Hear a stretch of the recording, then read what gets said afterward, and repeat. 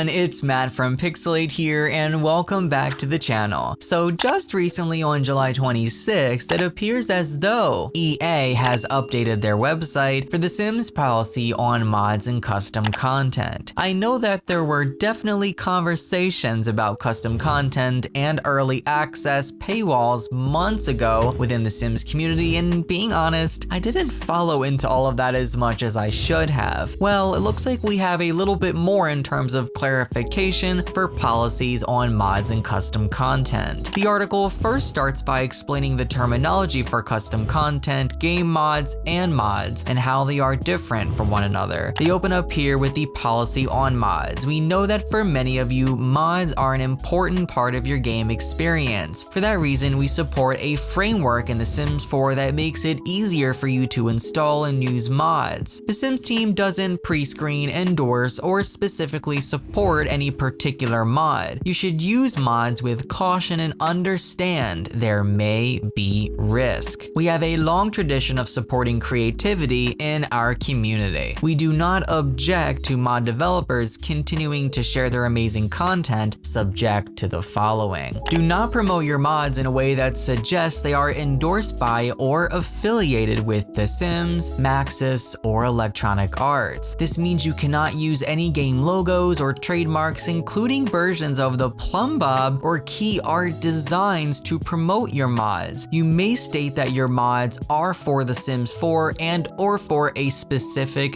game expansion pack. Wow, I'm actually very surprised that they're saying this. I don't know if this was explained previously, but I can literally name at least 24 mods or mod packs that literally use the same exact logo design that we have on the box art for official game packs, stuff packs, expansion packs, etc. Literally the same Sims 4 logo, the same Plumbob, but text is changed to correlate with the mod pack. I'm just curious if this is a new policy, if this is a new rule, or if this is something that has been in place a long time, because this is something that not many mod creators actually follow. I find this very interesting, and I'm surprised that they're cracking down in this sort of way. I guess they don't want there to be any confusion between a mod pack and an official pack, which I guess does make sense. Number 2, mods must be non-commercial and distributed free of charge. Mods cannot be sold, licensed, or rented for a fee, nor can mods contain features that would support monetary transactions of any type. However, Maxis recognizes that creating mods takes time and resources. Accordingly, mod developers may recoup their development costs via passive advertisements and donations, as long as passive advertisements and requests for donations must be limited to the mod website or distribution site and not appear within the mod itself. That is to be expected. It would be crazy if someone installed a mod and then in the game said, to continue using this feature, you must link your Visa card. Like, that would be terrible. I don't know a single mod that has ever done that, but I'm glad that they're clarifying that here. And then they have a second bullet point. All users must be able to access the mod in full for free, regardless of whether they donate. There's a lot of gray area here, actually. We know that pretty much all mods are always available for free, but there has been a window. It's usually within the first 2 to 3 weeks. I've even seen some creators push it and do 4 to 6 weeks where it actually is early access only and it is behind a paywall, but it is only like that for a limited amount of time before it is then free for everyone permanently from that point forward. Keep in mind, they don't have any mention of an early access period or not anywhere throughout this. They just state that all users must be able to access the mod in full for free regardless of whether they donate. So does that mean that early access periods and paywalls for early access are actually prohibited in the TOS for mods and custom content? They are obviously prohibiting it being behind a perma paywall, which is expected, but the question lies here within the early access period. They definitely don't go into much detail in that regard. So let's keep reading. We reserve the right to address any inappropriate mods, including mods that infringe the intellectual property or privacy rights of others, contain obscene, objectionable, or harmful content, jeopardize the integrity of the Sims 4 gameplay, or otherwise violate the EA user agreement. That, as well as also to be expected, considering we've had some mods relating to pedophilia in the past, which is absolutely disgusting. The rest of this really doesn't pertain to the video, so I'm not going to read it out, but they have sections for how to report mods, what does The Sims 4 disable mods after an update, how to re-enable mods after an update, how to tell if mods are causing problems, and lastly, how to find mods causing issues. If you want to read all of this, I will have a link to this website pinned in the comment section below on my website. Going back to that policy though, there's definitely a gray area with there being no specifics and then not mentioning early access at all. Some people might have early access for a few hours and some might try to push it 3 months, 6 months, 8 months, or even a year or even longer, but then eventually make it free. But judging by this policy here, it's sounding like at all times there needs to be a way for the mod to be downloaded for free, though an option to donate is fine. That's what I'm collecting out of it. What do you guys think? Share your thoughts down below. I'm interested to see what you guys have to say. I love you all so